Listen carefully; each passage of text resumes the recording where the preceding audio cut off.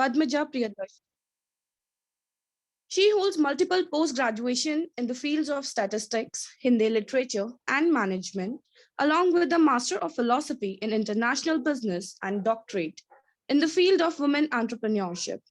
She began her career as a professional in the banking sector and worked there for 10 years. She switched to B School thereafter for 3 years, focused on teaching before she became an entrepreneur herself. For the past 10 years, she is the managing director of Messrs. Home Plan Guru Civil Consultants Private Limited. She has been graduated with a certificate main course in women entrepreneurship, which is funded by Goldman Sachs from the esteemed B School, Indian School of Business, Hyderabad. She is a corporate trainer and conducts research workshops in R Studio, MATLAB, Python, SPSS, and AMOS. She is a statistical consultant for Tshwane University of Technology, South Africa. She is working as part-time biostatistician for Sarda Krishna Homeopathic Medical College, Kanyakumari. She has tutoring experience with teaching Storm P Limited to tutor statistics for students studying in USA. She is the co-founder of Elite Academy of Languages due to her passion towards education. She is handling communication skill training to military cadets at Officers Training Academy, Chennai. She has won Distinguished Women Technopreneur Awards 2017 from National Foundation for Entrepreneurship Development, Visionary Women Award 2018 by Visionary Women Circle, Achievers Award 2020 by SDNB Vaishnav College for Women, Powerful Woman Entrepreneur 2021 from Inner Wheel Club, Tamil Nadu Woman Achiever Award 2021, Sociopreneur of the Year 2021 from Anna University, and Situational Leader in the Working Women Achievers Award 2022 by Oruni Foundation. It is noteworthy to mention that she is the additional, non-executive and independent director of Messrs. Indrayani Biotech Limited. Thank you. Over to you, ma'am. Thank you so much. And a warm good evening to one and all present here. It's my pleasure to be here in the evening session of the sixth day of the 1 week online workshop. I'm so happy to see that people are so motivated to stay back for all the 6 days and attend the session. And I'm sure these things will be definitely helping us every day. The more we listen to research, the more we'll be able to, something will be getting into our minds and we'll be able to start working on our research. And I strongly believe that our real research starts only after completion of our PhD. That happens in, I think most of us will be agreeing with my statement. So our real research life starts only after the completion of our doctorate. So till then we have to keep learning, and after completing, after submission of our thesis, then we need to start writing good quality papers, and that's how things will progress, and they will be in touch in the research. So with this note, I think I can start my presentation. Let me share my screen.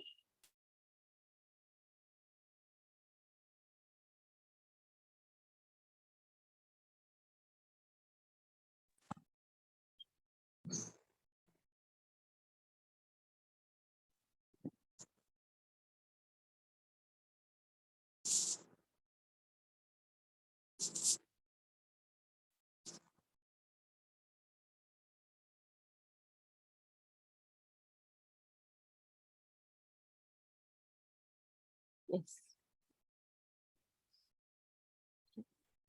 Hope my screen is visible.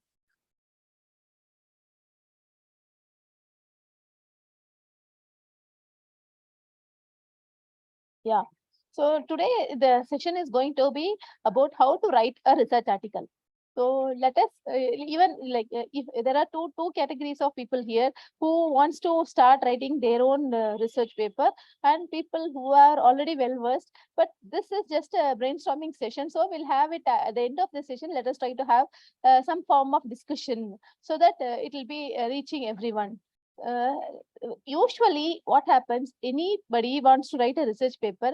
In general, the psychology, what we do is we go to Google Scholar, we'll type the name of the paper, we'll get some existing papers, we download that, we have 3 or 4 papers, we copy and paste and try to form our own paper.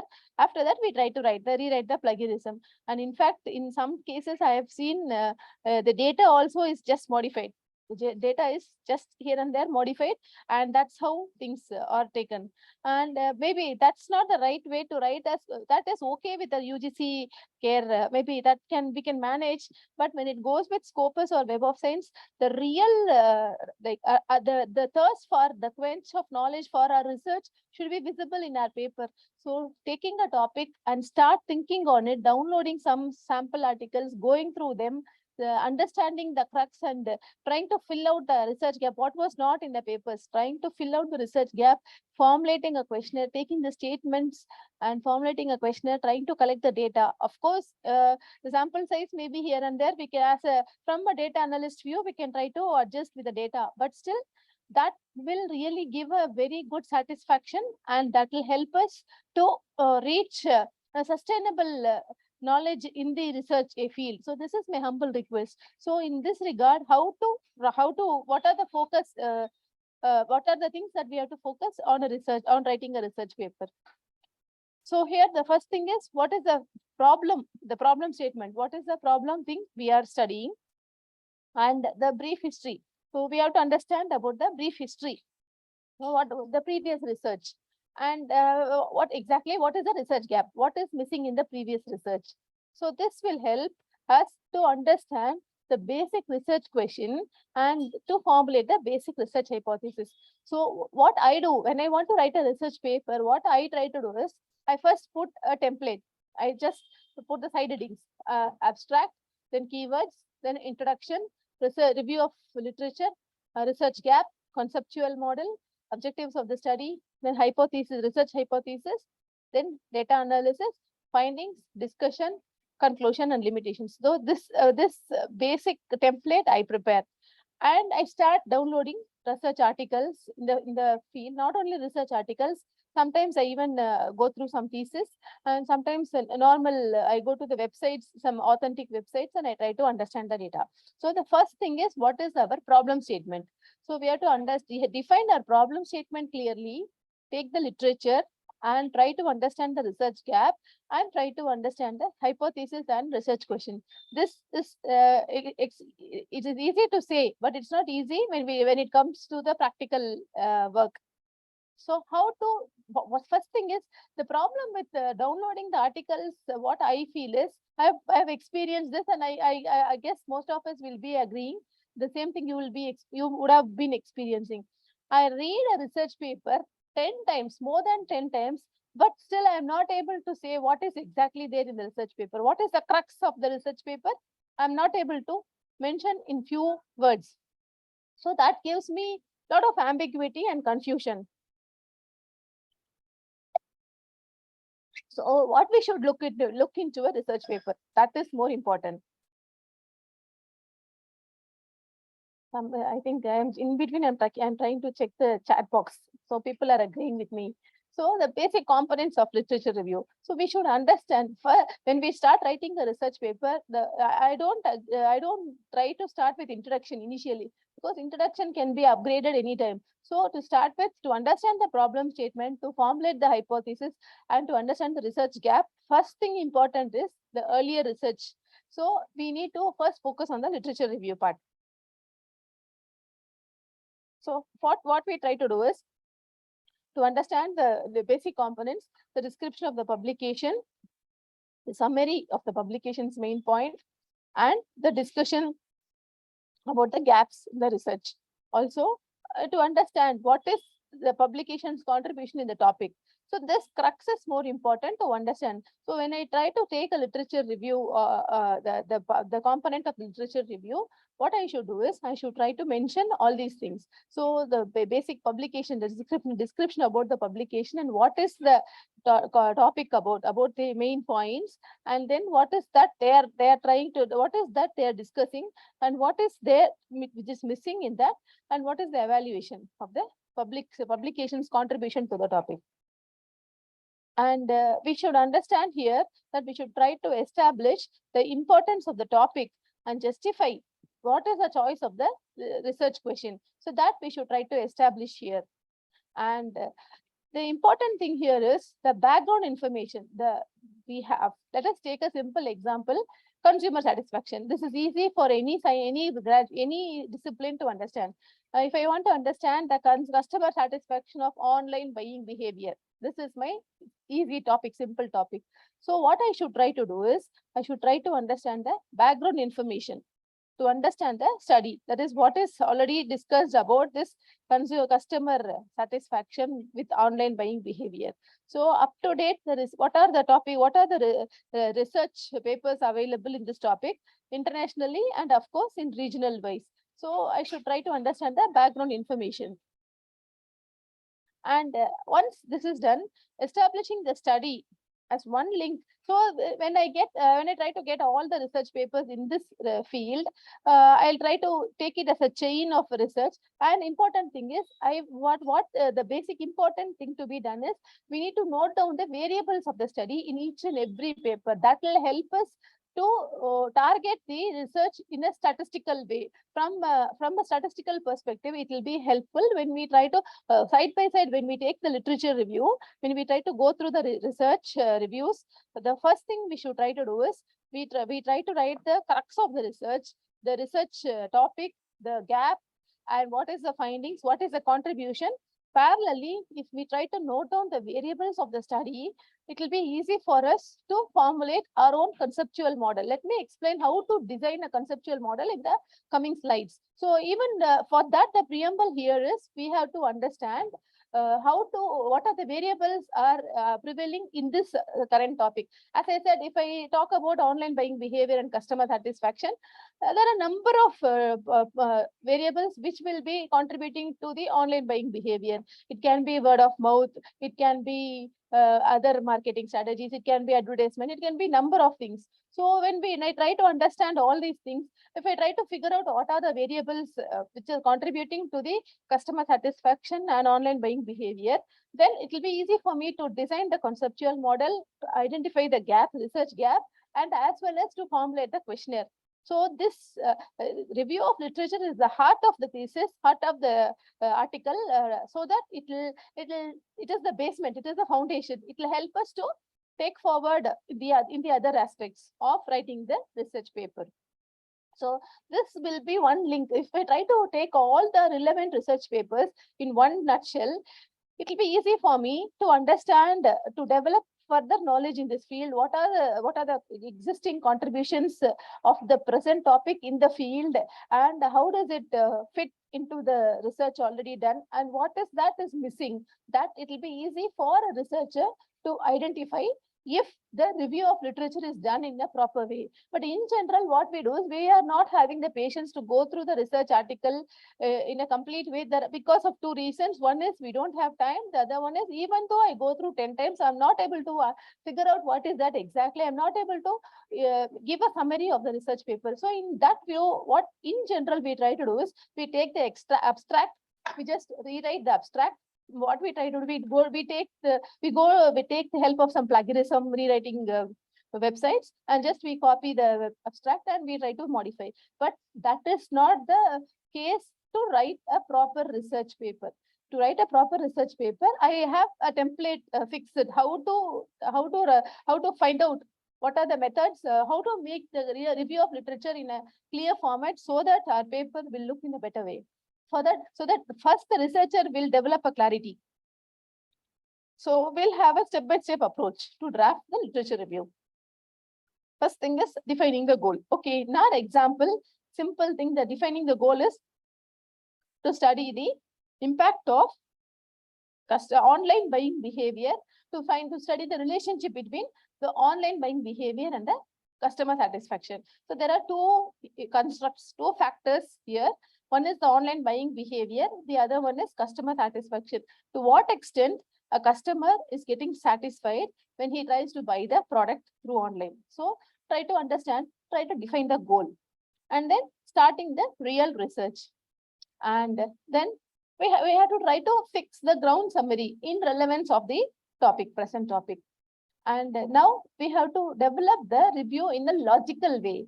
Logical way in the sense, I would say the flow of the review should be in a proper way. Okay, the logical sense is basically it is understood that year-wise we have to put in our research review of literature. But that's okay, that's not primary. The primary thing is giving importance to the study variables, giving importance to the findings of the study of the existing review. So in that way, the logically the review should be developed. And it should include, of course, this goes without saying, it should include references or works cited. That list should be mentioned. So the primary thing is we define a goal, then we start doing the real research. There we try to give the ground summary in a logical way, arrange the reviews in a logical way, wherein we include all the references. And that is why whenever we go to the review of, when we try to write the review of literature, side by side in another document, we should try to paste the Google citations. If we try to download from Google Scholar, citation, the APA style, the format, if we try to copy and paste in one another document, it will be easy for us during the bibliography. We don't have to again do the same, reinvent the same wheel, don't have to work again. So that is a smart way. So whenever we start working on review of literature for a thesis or even for an article, copy and paste the citation will help us in future. It will be helping us to minimize the work done, because after completing the article, we'll be in a hurry for sending it for publication. That time we'll not be having enough time to write the bibliography. And in many articles, the problem is when we submit it for publication, from the publisher, from the journal, we get mail that the main references cited inside the article, the names, the citations are not matching with the bibliography. Or else, many of the times, what we try to do is we try to copy and paste the references from some journal articles to show it in bulk. So again, what happens? There will be the references will be mentioned in the back in the bibliography, but the citation will not be there in the paper. So this happens many times. So to avoid that, we should be clear that whatever is mentioned in the research paper, whatever citations, whatever author name is quoted, we should never miss to write that in the citation, the bibliography. So for that, whenever we take a small article, immediately copy and paste the citation. APA style, that is usually used for any research. So except for medical research, Vancouver style is used. So we try to copy in APA style and keep it in one document so that it will be helpful in the future. And especially when we are rushing to send it for publication, it will be helpful to minimize the review comments from the journal. This will help us to a great extent. Yeah, we can use Mendeley desktop for citation also. That's a smart way to use. But the thing is, the satisfaction when we do it manually is, of course, it looks so conservative, but that gives us more satisfaction, so authentic. We will be confident enough to say that, yes, I have done everything. So copying and pasting in one document will help us. It will be 100% foolproof. Now, let us discuss one by one how to define the goal. So creating a statement, research statement with a clear position. What is that really we need? So creating a thesis statement.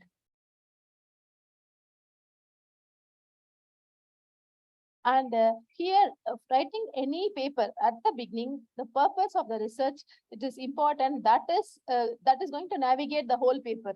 So defining the purpose of research, the clarity should be there while defining the research paper, so that the literature review will be taken care in a specific point of view. The direction towards where the research has to travel, that will be clear once we understand what really we need. So half problem is solved when we try to understand what is the problem. So defining the goal gives a lot of clarity. Now comes the real picture of doing the research. So there is no there is no hard and fast rule that we should review a lot of articles. In fact, in some cases, I see 150, 200 articles have been reviewed. But I feel those are all only to add the bulk. For a real research, for an article, some 8 to 10 papers will be giving more clarity. Actually, a proper research article should not exceed more than 10 to 12 pages, in my opinion. So that 10 to 12 pages of single line spacing. Minimum 10 pages and maximum 12, maybe 14 pages, including references. That will only add clarity, and that will not give more information and more ambiguity and more plagiarism content. So to avoid all those things, the paper should be neat and clear, and the crux, only the crux should be there. So there is no point in telling that the quantity is not more important for writing a research review. I don't have to say I reviewed 25 articles, 30 articles for a research paper. 8 or 10 in a case, especially latest. If it is going to be 2022, we can start from 2018 or 2019. So from there, 2018 to 2022, each year 2 or 3 papers will do. Good quality papers from reputed journals, that will do. So reviewing the number of texts that mostly which is relevant to our topic and position. Sometimes what happens is we don't get this. Google will misbehave, Google Scholar, and it will not show the exact thing what we need. There a real challenge starts. So we have to figure out the exact topic, and we have to try to get real authentic papers from relevant scholars, and we have to quote those things in our research. And understanding what is the topic's academic field, and being sure that it is definitely relevant to our topic. The relevance is more important.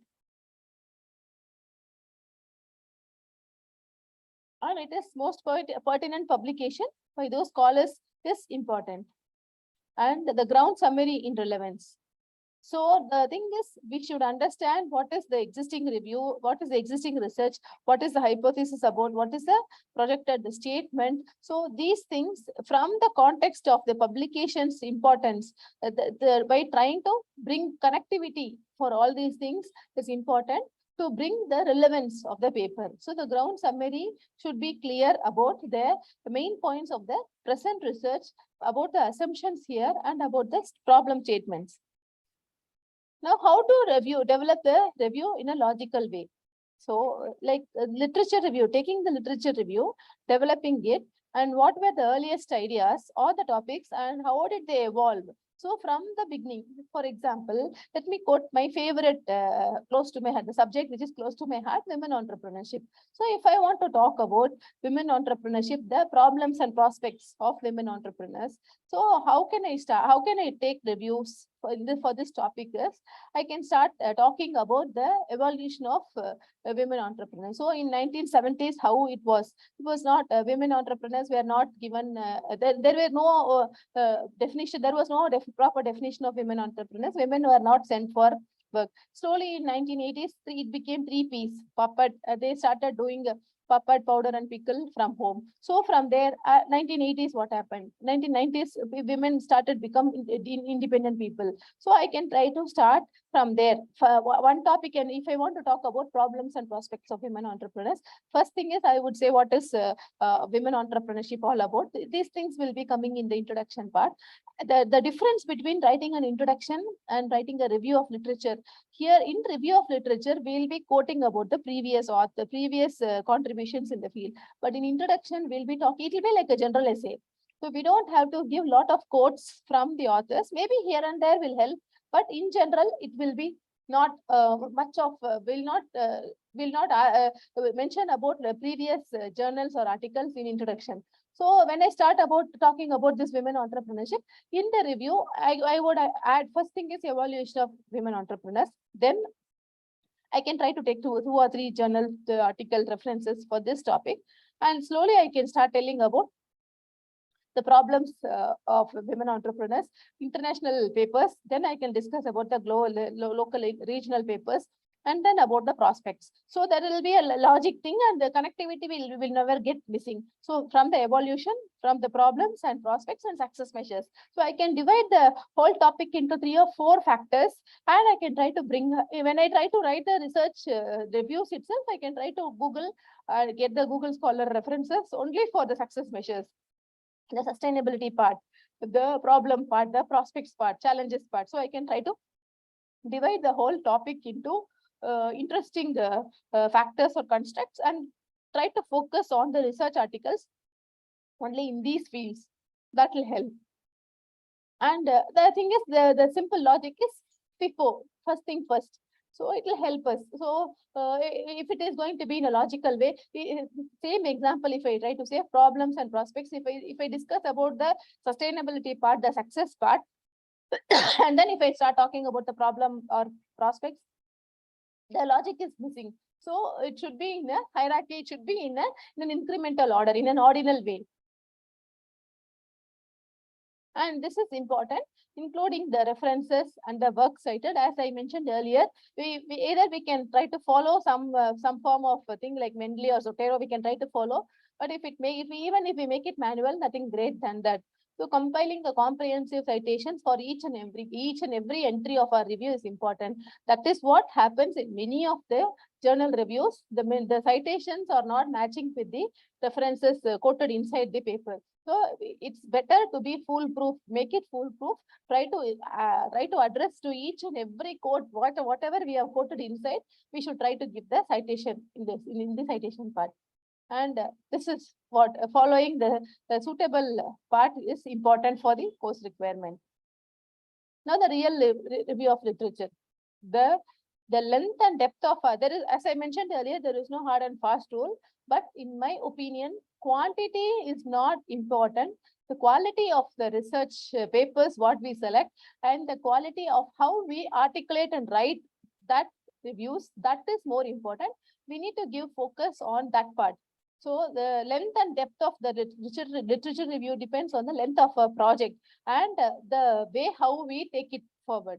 So the topic, the relevant papers, the papers which are of high quality, that has to be taken care, and the way how we write it, that is also important for getting a proper presentation of the review of literature.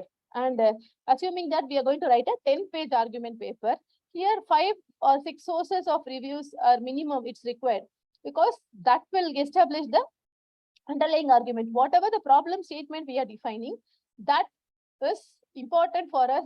It's more like crucial for us to make the underlying argument, justify the underlying argument with the existing literature. So because those are all proved. So with the proven papers, we have to justify our underlying argument. So for that, there is no hard and fast equation that for a 10-page paper, we need 5. For a 10-page paper, we need 10. There is no hard and fast rule. The quality of the literature which we are mentioning is more important than the quantity. And using the judgment, and most importantly, consulting a supervisor. This is more important for getting the expectations, which is primarily important. Now, what is the purpose of a literature review? We all know that there is some finding about the topic in the research world already. So from that, how can I take it forward? What is the gap there? What is the scope for future research in the existing paper? That will be the gap. From that, how can I fill the gap? How can I try to address the gap? So that is the purpose of a literature review. And it provides the reader like what has happened earlier about this topic. What are all the areas of discussion in this topic? That will be given to the reviewer as a clear picture, and that will make him understand, gain depth knowledge about the topic, about the thesis, about the research paper for him, so that with that he'll be able to develop further.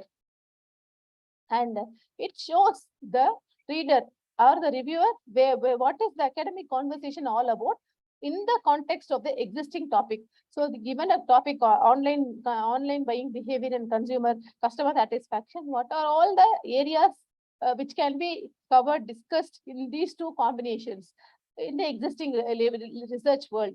That can be understood by the reviewer for him to, so that he can progress further in the same topic. In my opinion, what I try to do is, usually this is the format I do for any topic. If a topic is given for me, if I select a topic to write a research paper, the first thing what I try to do is I try to download the articles. And and of course, I don't download local articles. I try to get only the high level articles from Scopus or Elsevier or some listed journals. And I try to make it this way. I try to formulate a table format. And herein, I made it like this. The name of the author, for me, is too easy to quote in the review of literature. Then the journal reference. This is the APA style. I copy and paste here, so that in future it will be easy. I don't have to try it with Zotero or Mendeley. This will be foolproof for me. And the details. What is that the author is talking about? And of course, I try to understand the statistical tools applied in the research. And going depth, what are the dependent variables the research is talking about? What are the independent variables the research is talking about? And what is the outcome of the study? So these things, simply initially what I try to do is the name of the author I copy and paste, the journal reference from APSL and copy and paste. Details, I go to the heading and try to understand some details. And the statistical tools, I enter into the data analysis part or methodology part. I try to understand what are the tools and I put it here. Dependent variables, independent variables, most of the articles, especially empirical study, will be having a conceptual model. So what I try to do is, from there, I try to take the dependent variables and the independent variables, seeing the conceptual model. And from the results, from the findings or from the conclusion, I try to write whatever I can understand. I try to put it in the results part. So instead of copying an abstract and just rewriting it, that will not give us more clarity about what the existing article is talking about and what is that it is really missing. Those things I will not be able to understand with the just by seeing the abstract. Because we don't have patience, what we do is we try to read out the abstract, just copy, put the abstract in the plagiarism tool, remove, rewrite, and just escape. But that will not go into our minds. The real research should act in such a way that it should be in our mind. And if somebody is asking, or if we are talking about the topic in a forum, or we are teaching our students, immediately all the variables should pour out from our brain. For that, only if we work to the micro level, to the grassroots level, we'll be able to think about all those things. So just rewriting the abstract and doing will not really help us to gain that research knowledge. Of course, the article will look good and it will get published, but the real knowledge from our side will be missing. So this is a method which I try to do. I try to make it the other way. Once again, let me repeat. I take the name of the author, the journal reference, I copy from the APA format, and I try to understand the topic and make it as details. Then the statistical tools, it will be available in the research methodology part. Wherein I try to, from the conceptual model, I try to figure out what are the dependent variables and independent variables. Going to the findings, I try to write the results. So it's easy for seeing a paper. Now the things, the complicated things are made it into simple part. It is easy for us to. So when I see a research paper, I should know what things where I should see. So from the research methodology part, I should try to understand the tools. From the conceptual model, I should try to color the variables. From the results or findings or scope for further research, I should try to write the results. So this is easy for us to just mind map what are the things required from a review of literature. So this will help us to grow in a better way.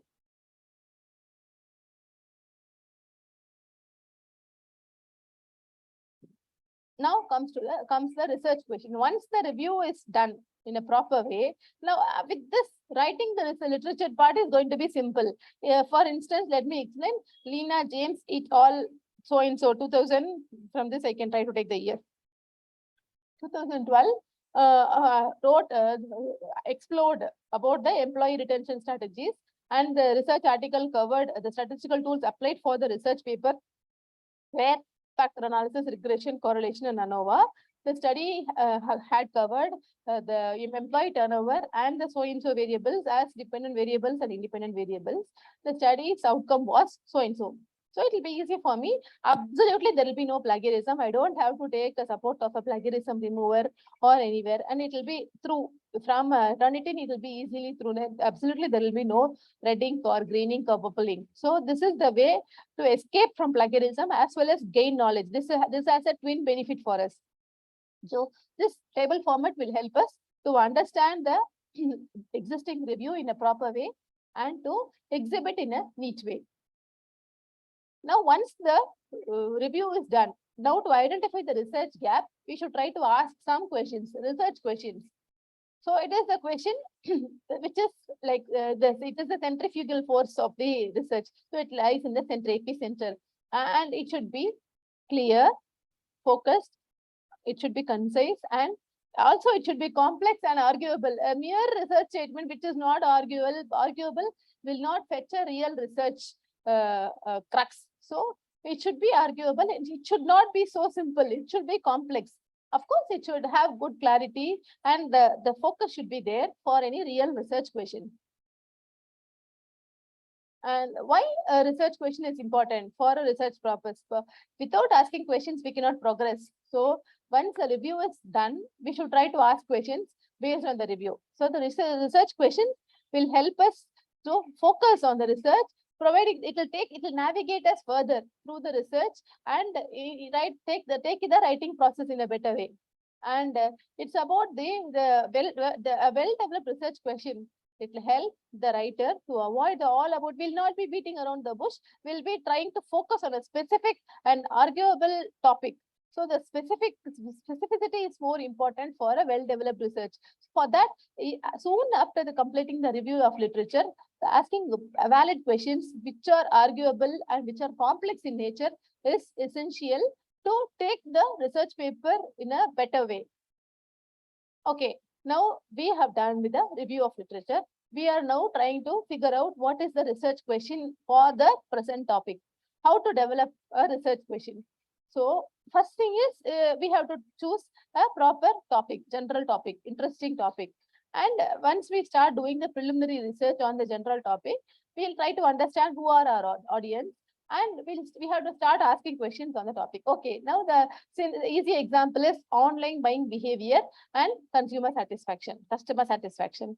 So here I can start asking questions. What is the strategy an online firm should adopt so that the customer who buys through online will be satisfied? So I can try to ask some questions. What are the factors for the study? What are the areas supplier should focus? So what are the key points? Whether the website should be neat, whether the payment gateway should be. So we can try to ask number of questions. And as mentioned earlier, it should be in an arguable way. And the evaluation of the questions are more important. And with this, we can this will be a better thing to start doing our research. So once we select our topic and we consider our audience, once the variables, we understand the basic factors of the study, we can try to start framing some research questions based on the literature. Now, how to choose an interesting general topic? Usually, it is a genuinely interested topic of study. Most of the professional researchers do that way. Initially, we choose a broad topic. From there, we try to go narrow. So we dig deep from a broader topic. The genuinity will be like trying to understand, like to know more and more. And an example of a general topic is about films of the 1930s. So I didn't want to bring all the management topics here and management. I don't want to cover only management or commerce because I am from a management background. I thought I should not cover all the topics from management. So I have tried to make some humanity, some visual communication, mass communication topics here. So an example here will be films of the 1930s or the slavery in the American South. Now, how to do some preliminary research? So, quick search in the current periodicals. Trying to do some quick search in the current periodicals will help us to understand, to narrow down. The first thing when we try to define the topic, it will be broad. From there, we have to bring it into a narrow level. And what issues are the scholars and researchers discussing when it comes to the topic? That we should try to understand in the preliminary research. And what questions occur to read these articles. So now we'll start asking questions. So taking all these things, how, why, what, all these questions, when we try to ask, it should be open-ended. When we try to ask more and more open-ended questions on the topic in general, that will narrow down to our specific research questions. Why were the slave narratives effectively like tools working towards the abolishment of slavery? How did the films of 1930s reflect or respond to the conditions of the Great Depression? So when we try to ask how, why, what questions, what makes the online buying behavior more interesting to get into customer satisfaction? What are the strategies a women entrepreneur should adopt for getting into sustenance in business? So when we try to ask some questions with what, why, how, especially when it is open-ended, from there the research question gets formulated. How to consider the audience? For most of the research papers, the audience will be academics, and always keeping the audience in mind. When we try to narrow down the topic, the questions will be automatically developed. And whether the particular audience who is reading our paper, will it be helpful for them? That we should ask ourselves. And now we formulated the questions, we have to try to evaluate our question. After putting all the questions or a couple of questions in a paper, we'll try to evaluate whether this is relevant to the present research paper, whether this research question is going to be effective, or should I revise this, or should I refine this? Initially, we will not be able to fine tune it. So first we formulate, then we can try to fine tune it and revise it, revisit if required, and try to refine it. And the research question, we have to ask whether it is clear, whether it is avoiding, is it giving any ambiguity, and whether it adds clarity, or is it effective, or will it help for the researcher to take it in a proper direction. And is it focused? Is it getting clumsy here and there? So whether it is specific enough to cover the whole research. So these things we should try to understand, evaluate. And is it complex? Is it a simple yes or no? Or is there any chance for giving a detailed answer for the research question? Only if if it is not of an yes or no type, we can try to take it forward, and we should try to understand. It should not be in a simple. The answer should not be easy for the question. The question should be complex in such a way that only by collecting data, by trying to get the perception from the audience, from the respondents, we can try to develop the conceptual model and prove it. With that only we should be able to give the answers to the research questions. So the research questions should be formulated in such a way that it should be complex enough to address to the research gap. So from where the research gap comes? The research gap comes from the review of literature. So the basement for everything is research review of literature. Once the review of literature is done in a proper way, we identify the research gap. From the research gap is identified from the expected future contribution, future scope of research from each and every paper.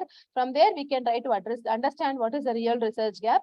From the research gap, we can try to formulate questions, research questions. Of course, research gap and research questions can be swapped here and there. So we can initially find out research questions and then identify research gap, or identify research gap and keep asking questions based on the gap.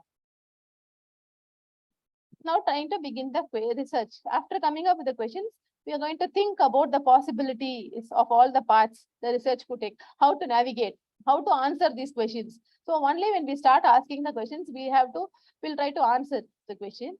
And what are the sources to be consulted to understand, to get the answers? In what way can I work to get the proper answers for the research questions? There our real research starts. And what is the process? How should I take it further? Whether I should go with a case study, or is it a quantitative study or a qualitative study? Is it a grounded theory approach will help me, or I should go and collect data, or only interview schedules will help me, or the qualitative study by just meeting some people and understanding their process and applying an NVOs to tools, will it help me to make a thematic approach? So whether my situational research will help, or a descriptive research is applied. So many things will be given clarity only when the real questions, research questions, the attempted to get an answer. When I try to search for the answers for the research questions, the real research starts. So when I try to answer for all these things, how do I take it further? That navigation will help me to begin the research. Let me give some sample research questions. So if it is not clear, so how should social networking sites address to the harms they cause? This will be an as a research question which is not clear. We cannot give a concrete answer for this. Instead, the clear thing is what action should social networking sites such as Facebook and Instagram? So this is this gives more clarity. Take to protect users from sharing their personal information and their privacy. So this is more same question. If it is not clear, there will be a lot of ambiguity. So when it is going to be precise and concise, it will give a proper real research question. So the unclear version of this question doesn't specify what are the social networking sites the topic is the researcher is talking about, on what kind of harm. These things are not mentioned. Some ambiguity is there. So it also assumes that this harm is proven and accepted. It is not proven that it is really harm. Social networking sites has both pros and cons. So it depends on the user how people take it. So we cannot in general mention that it is a harm.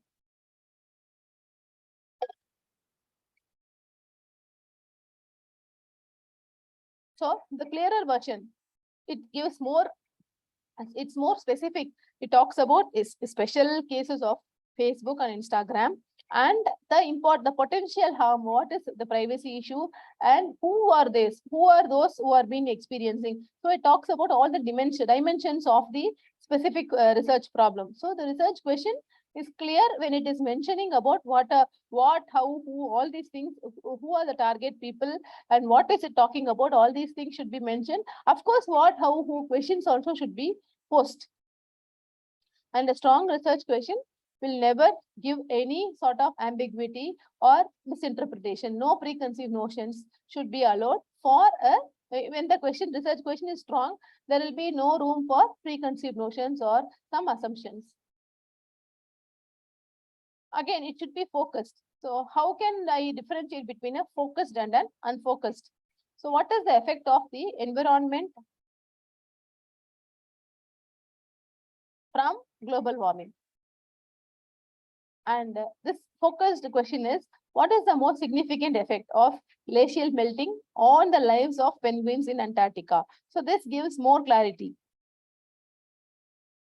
So focus is meant there about which part, what is the global warming, particular global warming talking about, what is the effect? So many things are addressed. Question should not be so too simple. There should be some challenge. So the research question should give a challenging environment for the researcher to work and find out something. So to explore something. So if the question is too simple, there is no meaning. How are doctors addressing diabetes in India? Just by taking blood tests. So the answer will be simple. So if I have to make it more complex, what main environmental or behavioral and genetic factors predict whether Indians will develop diabetes, and how can these commonalities be used to aid the medical community in prevention of the disease? So if I make it more a little complex, there will be a challenge for the researcher to work upon and try to figure out what is really required to obtain. The unfocused question, research question, it is so broad that if I have to write answers, it will be the answer will be going into pages. So it cannot be made it into a small research paper. So the more the question is into focusing, it is gaining depth. It is easy to approach and it is easy for us to give proper answers. The focus version, it will try to narrow down.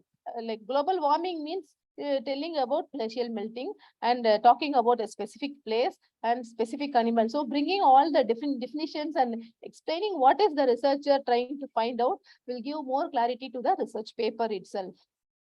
And it also requires the writer to understand, to find out the great impact. What is the research question going to impact on the whole research paper? That the writer should try to ask and understand. what we do is, in general, after review of literature, research gap. In general, the writing part of research gap and research question is numerous literature are available in the so-and-so topic, in the topic of online buying behavior. Also, there are very few literature is available in the topic of consumer satisfaction. However, there is no research paper connecting both the topics, and that makes the research gap of the present study. That will not really add value to the research paper. So we should try to understand what are the variables discussed in the past, and what is missing in that, and what is the scope for future research from the existing literature review. What are all the scopes we can try to understand? From there, we can try to bring the real research gap, and with that, we can try to ask research questions. So when in doubt, we try to make a research question as much as narrowed and focused. The simple version of this question can be looked up online and answered. Like, it leaves no room for analysis. So when there is no room for analysis, it becomes so simple. So we cannot make it simple. We need to collect the data, analyze, and give our outcome of the study as a major finding of the research. So if it is simple, we cannot take it further for analysis. So that is the reason it should not be simple. The more it becomes complex, it has to be taken into two parts. One is, it should be made the people to think, and it should require both significant investigation and evaluation from the writer's part.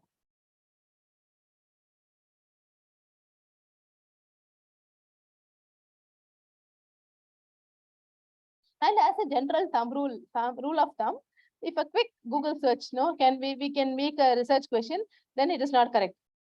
That is the crux is, the research question should not be easy to find. It should be some complicated, some challenge should be there. Now comes the statement of problem. So the components of the review of the article, the first thing is, we have tried to understand how to write a review of literature. We have tried to understand the research question, how to formulate a research question. So in my opinion, research question should not be simple, but it should be focused. It should be complex and it should be focused. Now comes the statement of problem.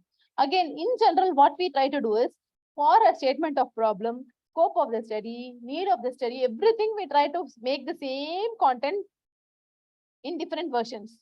That is not, again, a valid thing. It is okay. It is just to manage. But when our paper should get easily published in Scopus or in Web of Science, we have to really give our heart and soul to each and every component of the research article. Only when we try to give, we just writing something and submitting, the publishers or the journals are so shrewd enough to review each and everything. So when we try to give our heart and soul and make it a real research, definitely, undoubtedly, it gets easily published. The gallery proof is done within few months, when the quality, the journal people, the reviewers are smart enough to identify about the authenticity of the paper. So when we try to sit and write, definitely that is recognized by the journal reviewers, and it is easy. It is a simple method. We can cakewalk and just get it published. So the statement now coming to the third component, statement of problem. So it is in general used in the research work to claim that outlines the problem for the study. What is the study about? What is the problem the study is required? That is the crux of statement of problem. It addresses to the problem of the research, which is going to be the study, the present study. What is the problem the present study is going to address? That is the statement of problem. And the goals of statement of problem. So the ultimate goal of any statement of problem is to try to find out the problem and try to make it more targeted and make it into a well-defined, groomed problem. And once that can be resolved through that should be, the statement of problem should be in a way that it should be able to get solved. Every problem has a solution. So the statement of problem should be formulated in such a way that there should be a proper decision making, or a proper output should be received. The problem can be resolved if a focused research is being performed. So in such a way, a statement of problem should be formulated.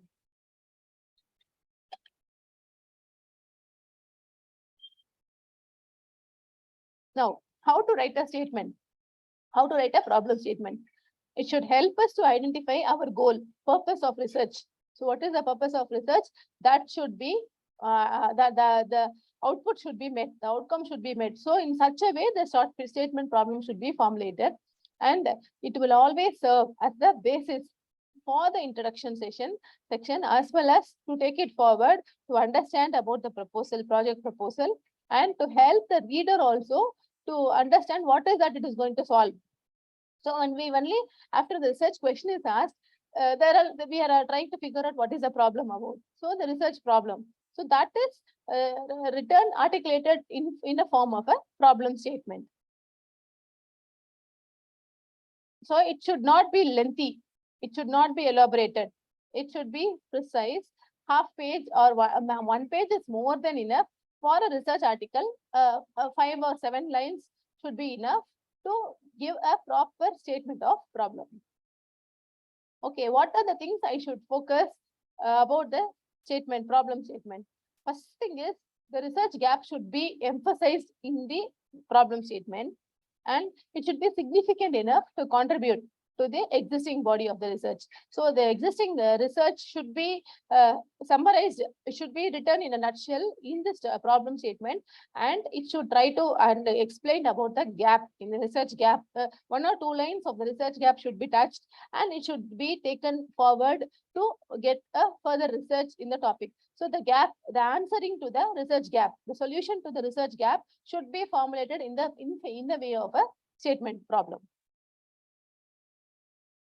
And the problem should render itself the investigation through collection of data. The problem itself should be able to give some solution. It should be when I mentioned about the problem statement, the outcome or the investigation of how the solution is going to be done should be mentioned in a hidden way. So in such a way, the statement of the problem should be formulated. And it should be of the interest to the researcher, and it should suit the skills, time, and resources. If I talk about women entrepreneurs, the problem statement is what is the sustenance strategies for women entrepreneurs? What is the online buying behavior pattern helping for customer satisfaction? If I try to ask with the existing research, I should try to give some gaps. I should try to explain the gaps.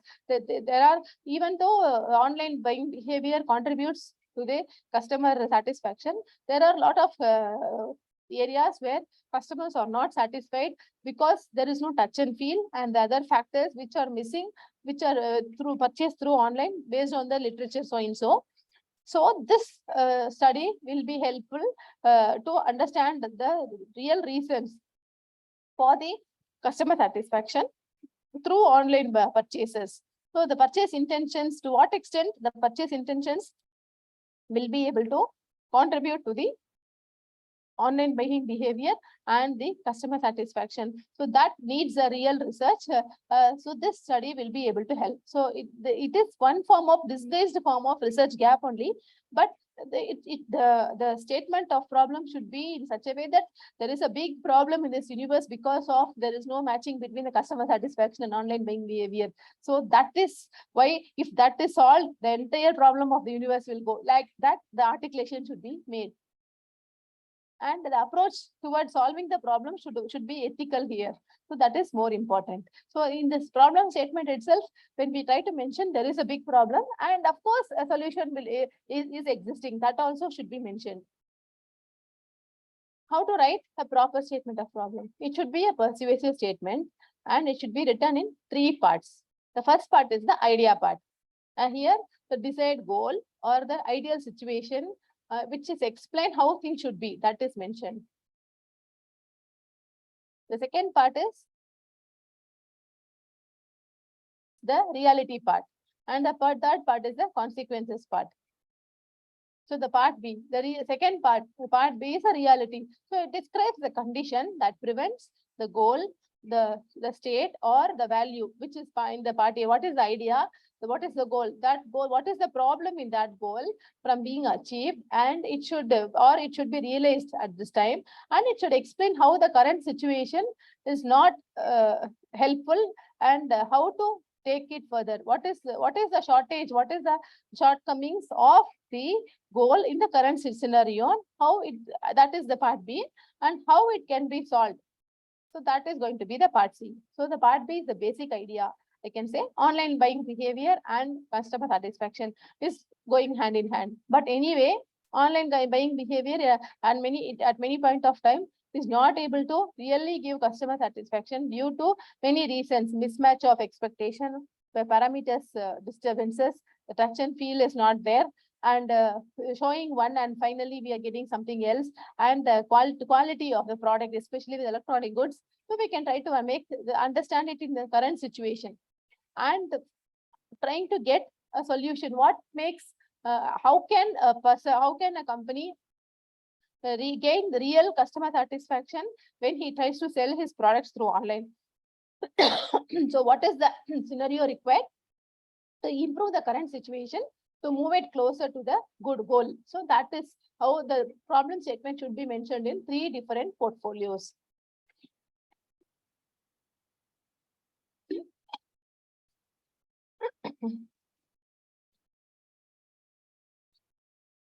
Now, let me get a nice example of a statement of problem. Different examples.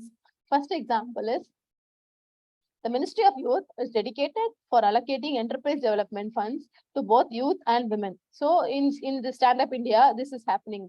These funds are made available in order to start entrepreneurial ventures that create and expand employment. So this is a simple statement of problem. So in what way, to what extent the Ministry of Youth should try to understand? So that is the problem statement here. So with that, we can try to give some relevant statistics and some codes. Another example. One of the main focus of the ministry is consistency. Unfortunately, consistency in allocating funds to the next generation of recipients require prior knowledge of previous allocations and established practices. The current continuous disbursement method does not allow for adequate analysis of previous disbursements before a current disbursement is done. So the problem, what is the real problem? The underlying idea is to allocate funds, but the current problem is the current disbursement is not, method is not okay because of the previous pendings. So this is the statement problem and how to target this. So with this, we have understood how to write a problem statement. So far we saw how to write a review of literature, how to find out the research questions, and how to formulate the problem statement. Now comes the conceptual model. I have taken some different conceptual models which we have been working earlier for some simple reasons. For any literature, for any research article, only when we try to formulate our own conceptual model and try to prove it through application of SPSS and AMOS, the paper will get through into a Scopus or Web of Science. So for that, we have to design our own conceptual model. So this is one simple conceptual model. So the dependent variable here is organizational performance. The independent variables are organization culture, job satisfaction, training and development, stress, and other HR factors. So all these factors contribute to the organizational performance. So now when I try to design my conceptual model based on the literature and the research questions, what happens is I can try to formulate the state questionnaire based on all these factors. These are all called constructs in AMOS. So for organization culture, I can try to formulate some statements. For job satisfaction, again, I can try to figure out some statements. Training and development, similarly for stress and other HR factors. Also, I should not miss out this. Organization performance also, I should try to formulate some statements wherein I can use Likert scale, and I can put the demographic factors, add some append it and make it as a proper questionnaire, try to circulate it, collect the data, try to analyze it using appropriate tools, and the findings part will be done easily. For this, from the review only, I'll be able to take the variables of the study and figure out whether it is a dependent variable or an independent variable. With that, when I try to make a conceptual model, now my life becomes easier, because with this, I can try to find out the statements, and with that, I can try to make an AMOS. I can try to use this, apply this in AMOS and validate the model using the data. one point. Second point is I can try to add the demographic part, and each and everything I can try to apply one way ANOVA. I can try to apply t-test. If required, I can try to use some non-parametric test, and the whole findings will be data analysis and findings will be made easier when I make the pictorial representation of the review of literature and the research gap. So this is the brainchild of my research, of the present research. This is the brainchild. So we can try to draw conceptual model in different forms. Now another different form. So there are three different factors affecting the adoption. So mobile technology adoption. So organizational factors are there, technological factors are there, and environmental factors are there. So each and every factor has different constructs. So all these constructs together, finally, the dependent variable is MP adoption. So I try to have three constructs, with three factors, wherein each factors have sub-factors, and each sub-factors will be having statements. So this is one form of concept, one different form of designing a conceptual model. Not that every time we should make it in the same way. All these things contribute. So here this is independent, this is dependent variable, these are all independent variables. Not that it's not mandatory to all the time, all the arrow marks should go to one place. So we can try to make it this way also. This way will help us to make the Amos diagram in a beautiful way, more presentable and more innovative. Now coming to another different model. Similar to the conceptual model one, HR model. So organization sustainability, for an organization to get sustenance, to gain sustenance, the organization performance is important. Only if the organization shows performance, it will get sustained in the real world. And for the organizational performance, the important factors are acquiring proper talent, retaining the talent, and focusing on learning and development, and taking care of the career management of the employees, and focusing on their performance management.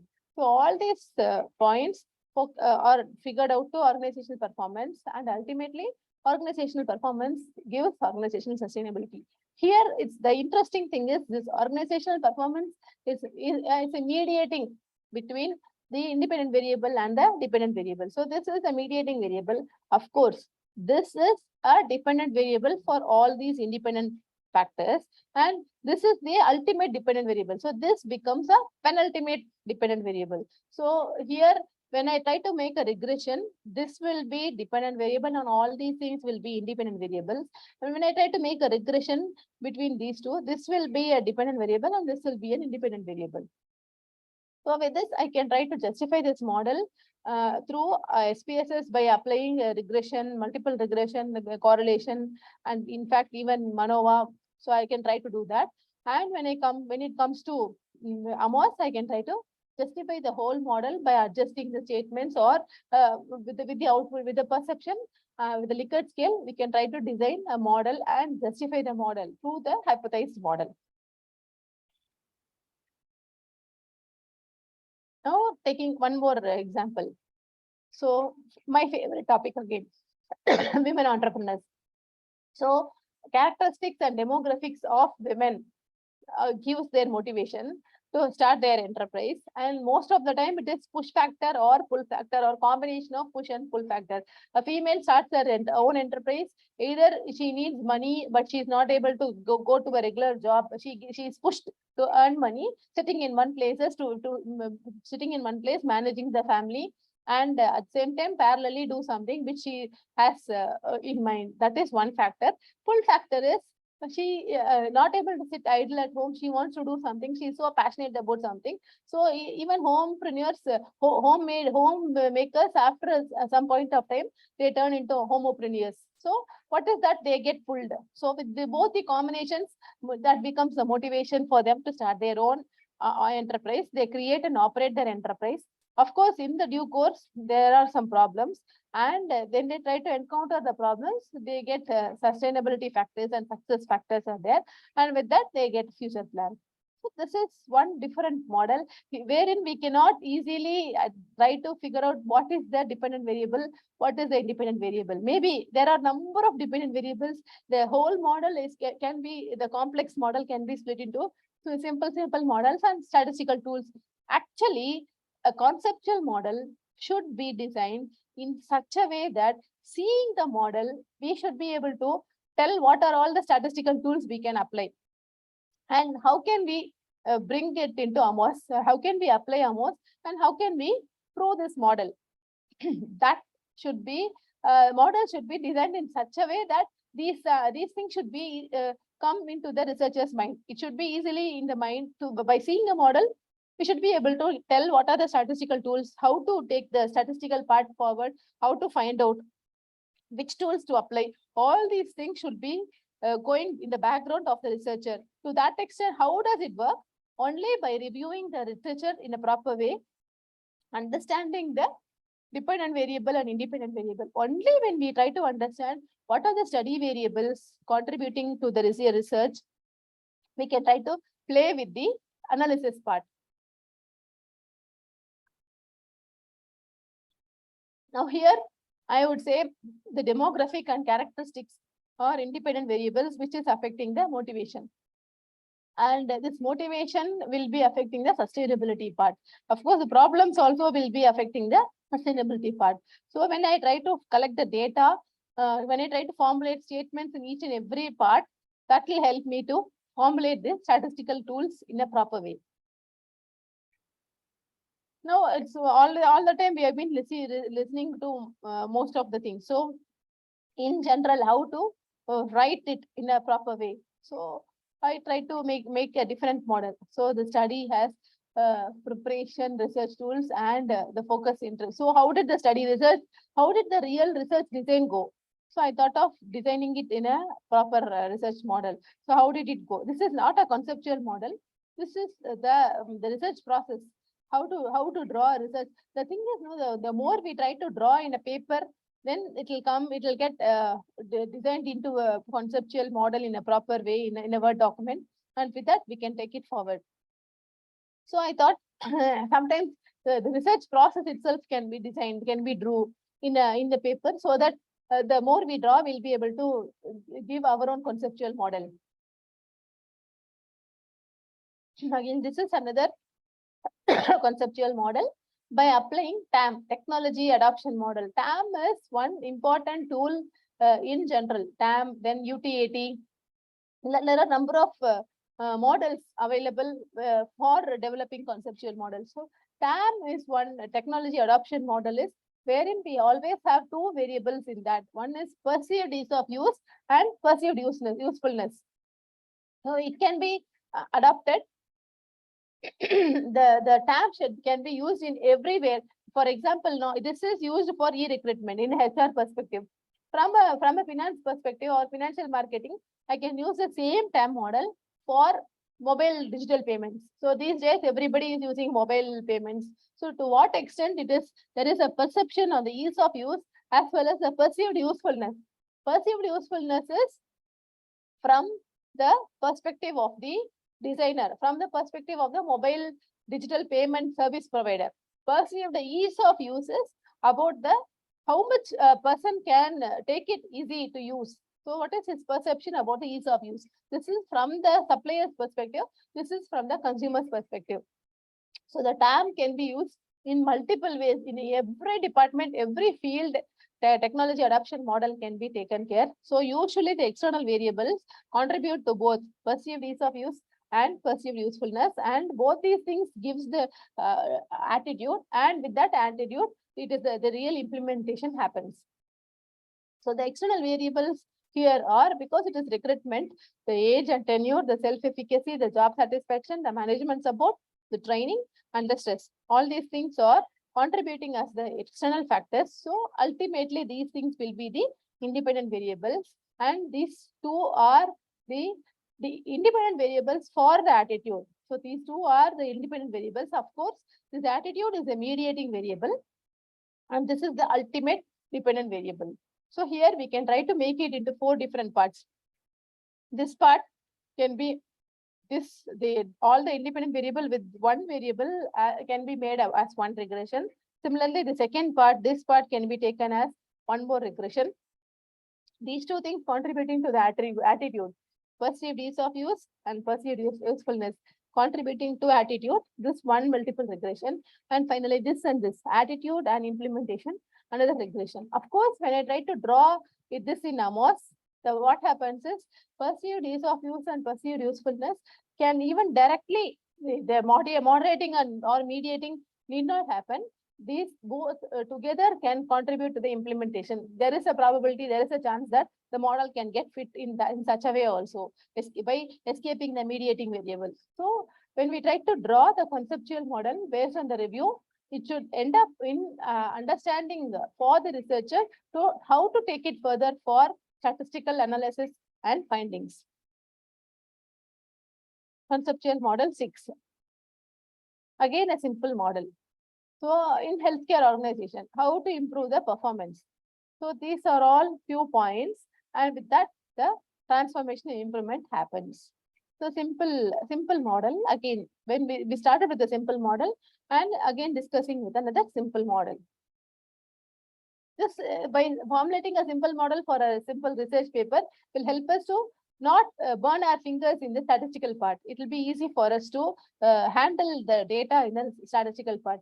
So I would suggest for initially when we try to start a simple research paper, make the conceptual model simple. The more the variables, the more the factors, the more the constructs become so complicated, we'll get lost when we try to hypothesize the model. We'll try to fit the model in the Amos. So when we try to go there in the structural equation modeling part, it will not cooperate, and we'll get burning our fingers. So let us not make it complicated. The model, we can complicate the research questions, but not the research model initially.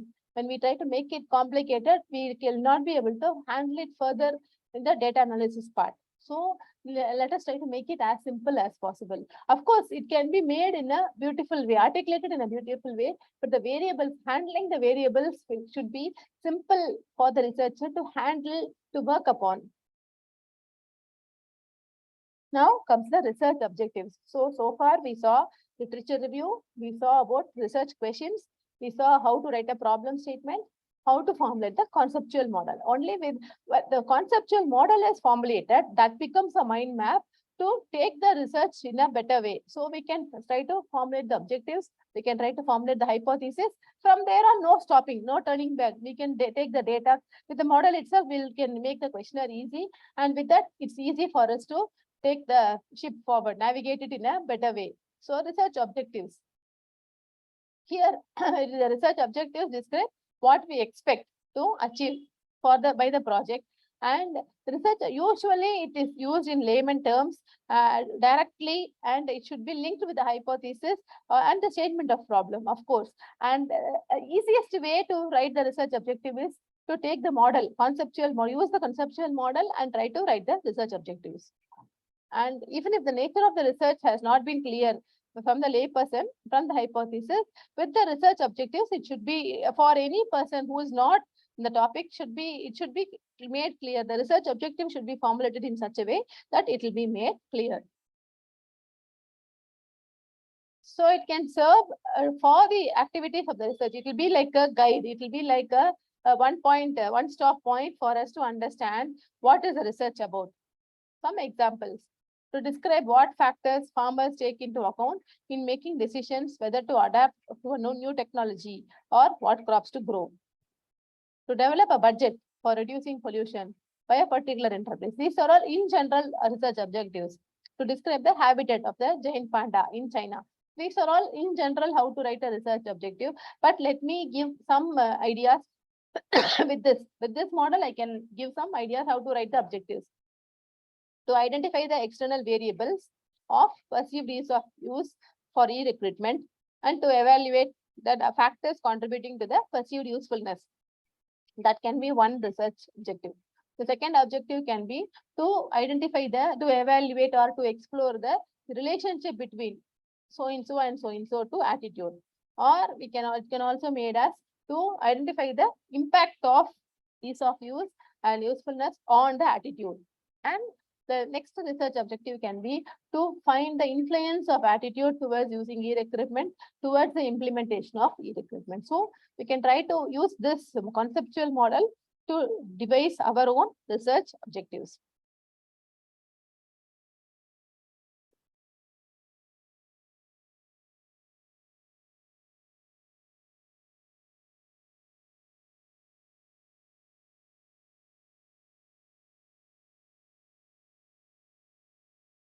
So in the above examples, it is more the intention of the research is explained, described, detailed in detail. So if we take the first example, the research will end in the studying about the factors emerging with the household decisions. And in the second example, if we take, it is about the specification about the reduction of the budget for pollution. And in the third, it is about creating the picture of the habitat. So it is the descriptive in nature. The research objectives are descriptive in nature. But in my opinion, usually using the conceptual model and trying to correlate all the variables in the model and explaining it in forms of words will help the researcher to understand towards where he is going. So these observations might prompt the researcher to formulate the hypothesis. So the objective should be in such a way that the hypothesis should be the outcome of the objective. The hypothesis should be in such a way that statistical tools can be adopted. Statistical tools, applying the statistical tool should give the outcome. So the chain is like this: objective, hypothesis, tools, outcome of the study. So all these four things should go hand in hand. So when the objectives are not clear, hypothesis will be lacking in clarity. From there, we will not be knowing what tools, whether we are applying proper tools and what is the outcome. So there will be some shaky. So the more the clarity in the objective, the hypothesis will be formulated in an easy way. From there, it's easier to take it forward without any hassle. So the aim of the research is exploratory. We are going to explore multiple things. We are going to explore the factors contributing. We are going to explore many things. So what is the research objective about, and how to get the adequate, what is the thing, the real research is happening, and it is going to act as a guide, adequate guide for the research. Now comes the hypothesis development. Again, a quick recap. We saw how to write a research review of literature. Then we understood about the research questions, how to formulate the research questions, what is the relevance of research questions in a research paper. Then we saw statement of problem. Then we identified the conceptual models, how to draw conceptual model for our study. Then we understood about the research objectives. Once the research objectives are clear, we will go with the hypothesis development. Usually, a hypothesis is an assumption. It is a statement that introduces a research question and it proposes a proper result. It is helping us to find out some result which is expected. And in general, people get confused with the null hypothesis and research hypothesis. Research hypothesis will be mentioned soon after the objectives of the study. Null hypothesis will be mentioned during the application of statistical tools. So we should not get confused with the research hypothesis and null hypothesis. In fact, alternate hypothesis will play the role of research hypothesis many times. So we should be clear in research hypothesis, the jargons might be different. In the null hypothesis, the jargons might be different. Null hypothesis will be taken from that statistical tools. So if, for example, if I say age has no influence on the perceived ease of use of e-recruitment, then that is a null hypothesis. But the same thing in research hypothesis, I don't have to mention. I can just mention demographic factors play a vital role in the perception towards ease of use of e-recruitment. So external variables. So I can make it in general. But when it comes to null hypothesis, I will say age has no influence. Again, when I try to write the null hypothesis, if I try to write there is no significant difference between, then that becomes an SP Gupta book, statistical methods book. So it is not a research language. So in a research language, we generally don't use there is no significant difference. That becomes a pure statistical way. We are not statisticians here, so we don't have to talk only about statistics. We have to take the hypothesis into from the management perspective, wear the hat of a statistician, only apply the statistical tools. And again, when I try to make it in form of interpretation or even formulating the null hypothesis, I should not talk in the language of a statistician. The management words or the topic, the subject is research, medical, if it is going to be a medical thesis, the medical language has to be done. Or if it is an economics language. So everywhere, just talking about statistics, there is no statistically significant difference between that should not be there in a real research paper. The statistics should never dominate the research article or a thesis. So the hypothesis should be designed in such a way that the clarity for the researcher with regard to the difference between the research hypothesis and null hypothesis should be understood. So in the null hypothesis, in general, in many articles, we can see that soon after the research objectives, we write null hypothesis of the study. There is no null hypothesis of the study. This is research hypothesis. So the difference between the research hypothesis and null hypothesis should be mentioned. Of course, when we come to the data analysis part, we don't write the research hypothesis. There we will make the null hypothesis, and our idea will be to reject or accept the null hypothesis. And our idea is not about research hypothesis. Of course, as a researcher, we assume something that is the research hypothesis, and our idea will be always to accept the research hypothesis what we have assumed, and our idea will be about always rejecting the null hypothesis. Most of the time, rejecting the null hypothesis will be adding value to the existing research, because in a null hypothesis, we assume that there is no problem. Age has no influence. So there is no brand preference. So we assume nothing is a problem. That is in null hypothesis. But in research hypothesis, what is that really we have assumed is from the research questions, from the research gap, we have assumed something what we want to prove, what we want to authenticate. So our idea will be always to try to reject the null hypothesis and accept the research hypothesis. Research hypothesis and alternate hypothesis are more or less the same. Maybe research hypothesis will be in a general way. Alternate hypothesis will be the exact opposite of the null hypothesis. But in a research article, we generally don't write the null hypothesis and alternate hypothesis. Some papers I see alternate. We don't write alternate hypothesis in a research paper. We just write the null hypothesis. Our idea is either to accept the null hypothesis or reject the null hypothesis. And the mantra will be, if p-value less than 0.05, reject null hypothesis. And in general, we don't write even say accept the null hypothesis. Since p-value is greater than 0.05, null hypothesis is not rejected. And then we take the null hypothesis and we accept the same thing. We just, age has no influence on this so and so. We make it like that. So hypothesis development is important, and it is an integral part of the total scientific method, because after objective hypothesis, from the hypothesis analysis, from the analysis findings. So these things goes hand in hand. So only when we try to write the proper objectives in the research, it will take the variables properly. From there, the various steps will be taken. The focus is important, and the limitations of the study is also done with that. So we can only when we try to make the objectives properly, unwanted things can be deleted. We will avoid unnecessary data collection. And how to formulate an effective hypothesis. First thing is, a hypothesis should not be a simple statement. It should be testable. And the statement needs to offer a clear introduction, a clarity, intention, and the possible outcomes. All these things should be taken care in a research hypothesis. The problem, again, here the problem statement is emphasized in a hypothesis, and try to write the hypothesis many times. We can try to write if and then also. And we should make the variables clear in the hypothesis.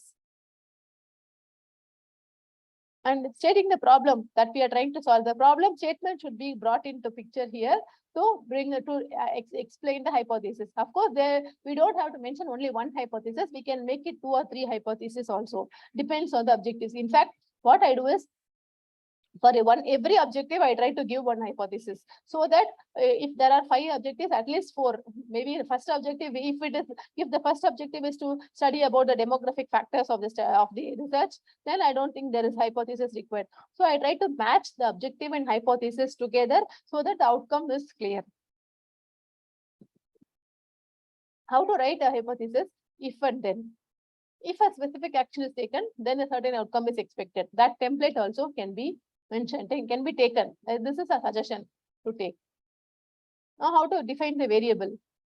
Usually, a hypothesis proposed is used a dependent variable and an independent variable is used. That's what the online buying behavior influences the customer satisfaction. So a dependent and an independent variable are together taken care to combine, and the hypothesis is formulated. The effect of the dependent variable depends on the determination of what happens when the independent variable is changed. So how to identify this dependent and independent variable? No, it is always confusing. Simple, easy to understand is which disturbs this a dependent variable, which gets disturbed is independent variable. So from a lighter vein, I would say husbands are dependent variable and wives are independent variables, because which gets disturbed. Women, I think we don't get disturbed. We keep disturbing others. So easy to understand. So which disturbs is independent variable, which gets disturbed is dependent variable. If we make it clear whether which is dependent and which is independent, we can try to write the hypothesis in a better way. I can say online buying behavior is a independent variable and customer satisfaction is a dependent variable. So the online buying behavior impacts the customer satisfaction. Here, customer satisfaction gets disturbed. Online buying behavior never gets disturbed. So this is an independent variable. This is a dependent variable. So it's easy to think which gets disturbed is dependent variable, which keeps disturbing is an independent variable. Some examples. The greater number of coal plants in the region increases water pollution. So this is an assumption. And if you change the independent variable, it will change the dependent variable also. So that should be clear. Now, some questions to ask. Some important questions here are given as, is the language clear and focused? When we try to write the hypothesis, sometimes what happens, we write a hypothesis in such a way that we don't ourselves understand. The language becomes so complicated, we'll not able to understand. So that's the hypothesis. Introduce the research topic. Is the topic covered? And does it include both dependent and independent variables? And can the hypothesis be tested through some statistical tools or through some experimentation? So these questions, when we try to formulate a hypothesis, these questions should be asked by the researcher to himself so that it can be answered. Plus the hypothesis, explain what we expect to happen during the experiment. So is the answer relevant? Is the hypothesis going to really explain what is expected?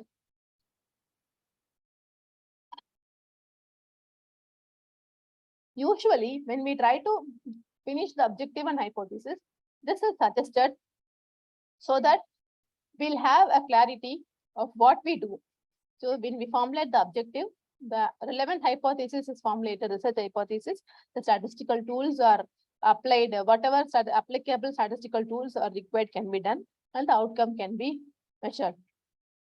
Whether the hypothesis is rejected or accepted, that can be put. So this will help us to understand where we are and how the statistical part can be taken care. In fact, I wanted to discuss what type of things, which tool can be used. But I thought talking about research writing, article writing should not take depth in statistics. And already for the past 5 days, we have been listening to a lot of statistical tools and applications. So I thought I should not repeat the same thing. So I didn't cover up the statistical part. But in general, we try to make this template. It will be easy for us. So that review of literature template and this template, these things when we try to make, when we write the article, it will facilitate us to take it forward in a qualitative way. The whole article will have its own quality. Now, I assume that the data is collected, the data is analyzed. So I'm not touching from the data analysis part, but the data presentation part.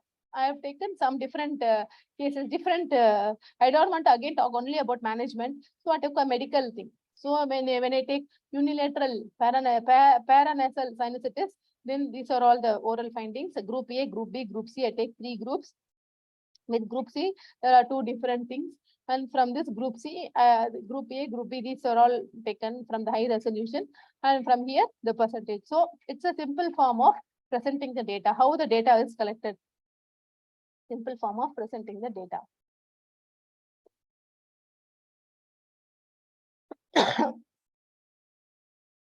Same thing again in a different way. So in an article, we cannot make it like a graph, chart, lot of tables. So we have to precisely bring all the tables, and we cannot present if we run a regression in an SPSS, we'll have 5 or 6 tables. If we run a factor analysis, we'll have minimum 5 or 6 tables. So we cannot put all the tables, as I mentioned earlier, 10 or 12 pages of the article. If so many tables are there, it will become too clumsy. So we should know how to present the data in a better way. So in a nutshell, everything should be covered in a nutshell. So here between two groups, all the parameters are taken, and the p-value is also mentioned in a nutshell. But if it comes to a thesis, this can be elaborated. We can make 25 to 30 pages of the same thing, detailed explaining with the graph, chart, interpretation, write-up. So many things we can make. But when it comes to a thesis, everything should be crisp in one page. Everything should be brought into a picture. So when I talk about all the demographic part, gender, age, years of experience, job, all these things, I try to put it in one nutshell.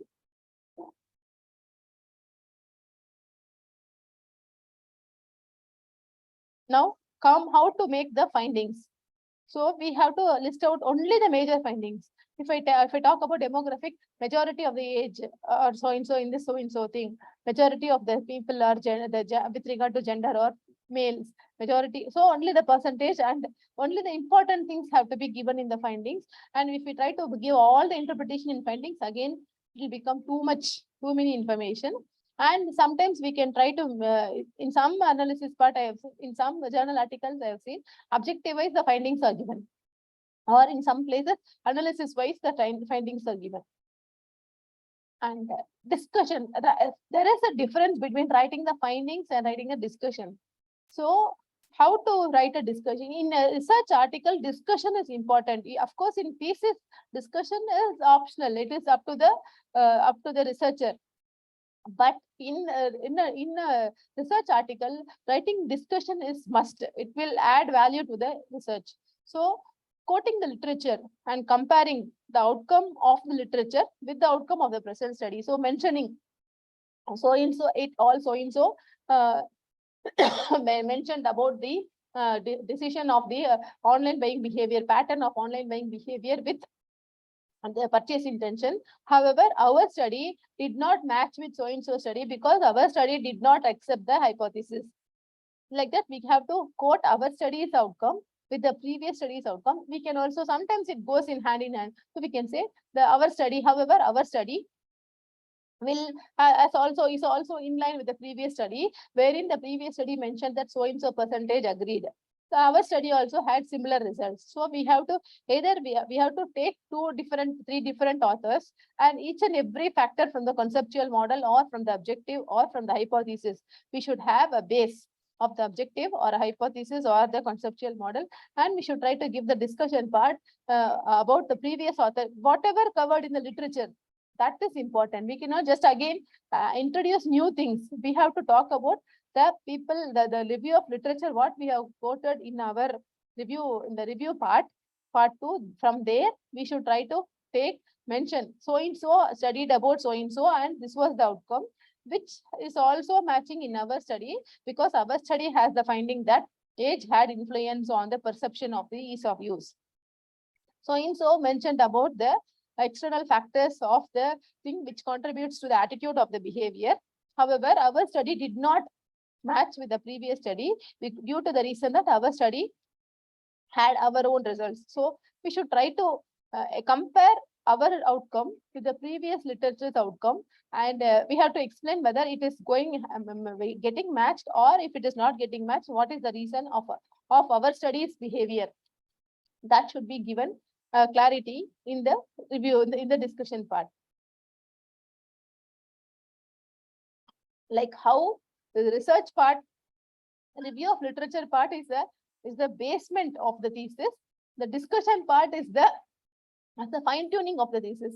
So when only the discussion part will give what is that we have really found. So that has more, both have equal contribution, equal weightage. So the review part will start helping the researcher to navigate further. But The discussion part is where in the Mount Everest, the researcher is going to put his flag that he has reached the Mount Everest. So there, the flagship, the discussion part has its flagship, and it should be more clear. After working all these things in a proper way, if we fail to write the finding and discussion in a more presentable way, then the whole research will not have that. It is like a wonderful movie, beautifully directed, and the climax having a horrible climax.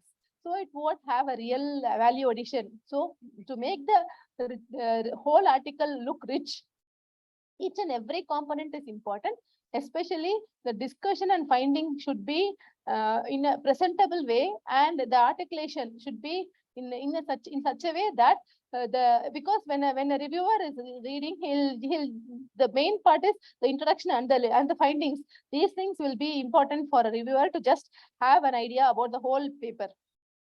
So when we try to make in a beautiful way, travel everything, but finally miserably end in, because when we try to come to the discussion part, we would have got mentally tired and we just want to finish the paper. So in that process, many times we do this. In that process, we try to just rush and try to make it okay. It's okay, leave it, let us finish. That attitude will come. But when it comes like that, the closure of the paper will not be really met. So that is the reason, instead of just mentioning the findings, the discussion, the conclusion, and the future scope of research. If these things are taken care, of course, in many paper, in the conclusion part itself, the limitations are also mentioned. There is no separate limitations of the study. People do not want to make it in a separate part. And the research methodology part, I have not discussed in this because that already 5 days people have been discussing, and we know about sure. Maybe I would like to mention the research methodology. In the paper, we can mention only the area of study, the population of the study, the sample method, sample size, and the period of the study. Only these 5 points can be given in a bullet, so that the paper size will be reduced and we don't have to talk too many things about. And in the thesis research methodology, we'll have a complete chapter. But in a research article, the crux, only the important points can be discussed. So that is the reason I didn't want to add about the methodology, how to write a research methodology in the research paper. That was not given priority here. So when we start with a review of literature, then we go to the introduction part. Again, introduction part is like writing a general essay. So I didn't want to talk about how to write an introduction, that everybody of us know. So after the review of literature, we can touch upon the introduction part, like writing a general essay, wherein giving some quotes and some definitions, and here and there some research articles to be mentioned, and especially for the definitions like that. And coming to the research gap, then research questions, conceptual model, problem statement. Then we don't mention limitations of the study in a special way in any research paper. Then comes the analysis part, data analysis, research methodology, data analysis, then findings, discussion, conclusion, and the expected scope of the research. So this is a way how a research article can be precisely discussed in a short duration. And I thank the organizers for giving me such a wonderful opportunity here. And I thought we can have some 15-minute discussions or some question and answer session. So I tried to make it 15 minutes earlier here. So with this, I stop the presentation and let us over to the audience for questions.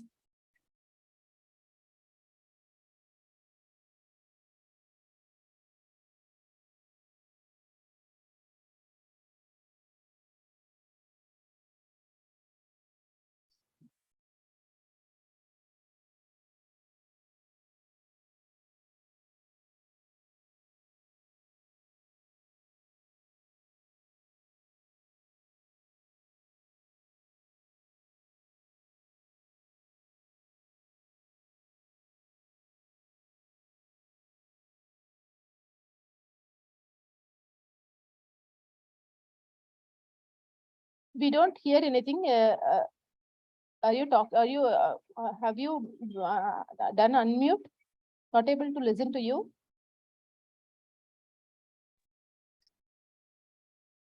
Good evening, ma'am. Are you able to hear me? Yeah, now, yes. Yes, ma'am, I want to know that if I am doing a research on work-life balance, what all constructs I should take for making a questionnaire, because now I am preparing a questionnaire